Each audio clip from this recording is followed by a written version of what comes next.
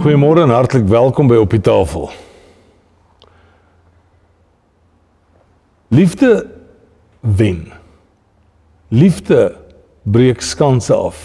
Liefde maak dat ons 'n refleksie is van wie Jesus moet wees in ons lewe. Ek lees vir uit Korintiërs, die bekende Korintiërs 13.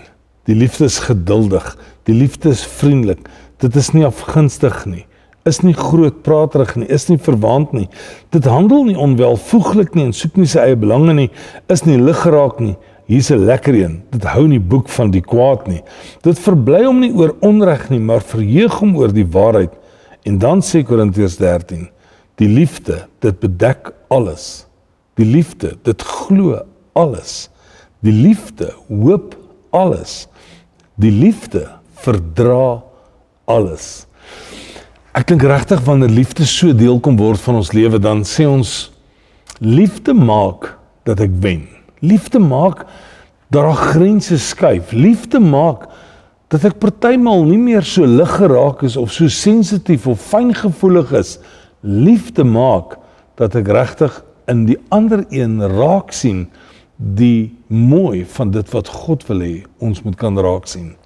Ek vra jou vandag om dalk hierdie liefde wat ons moet wys vir mense rondom ons, dat jy daardie liefde sal gaan deel maak van jou elke dag. Willens en wetens 'n keuse besluit sal maak om te sê, ek gaan leef met liefde wat regtig grense skuif. Liefde vir mense rondom my. Selfs liefde vir mense wat nie noodwendig naby aan my staan nie, maar net om te wys, Jesus se liefde het my kom wen. Liefde bedek alles, dit verdra alles, dit hoop alles en dit vergaan nimmer meer. Kan ek saam met jou bid? Dankie Abba Vader vir die liefde van Christus wat ons lewens kom verander het aan die kruishout van Golgotha. Dankie dat ons kan bly wees, opgewonde wees, dankbaar wees dat U liefde alles kom toemaak het. U liefde het ons kom wen.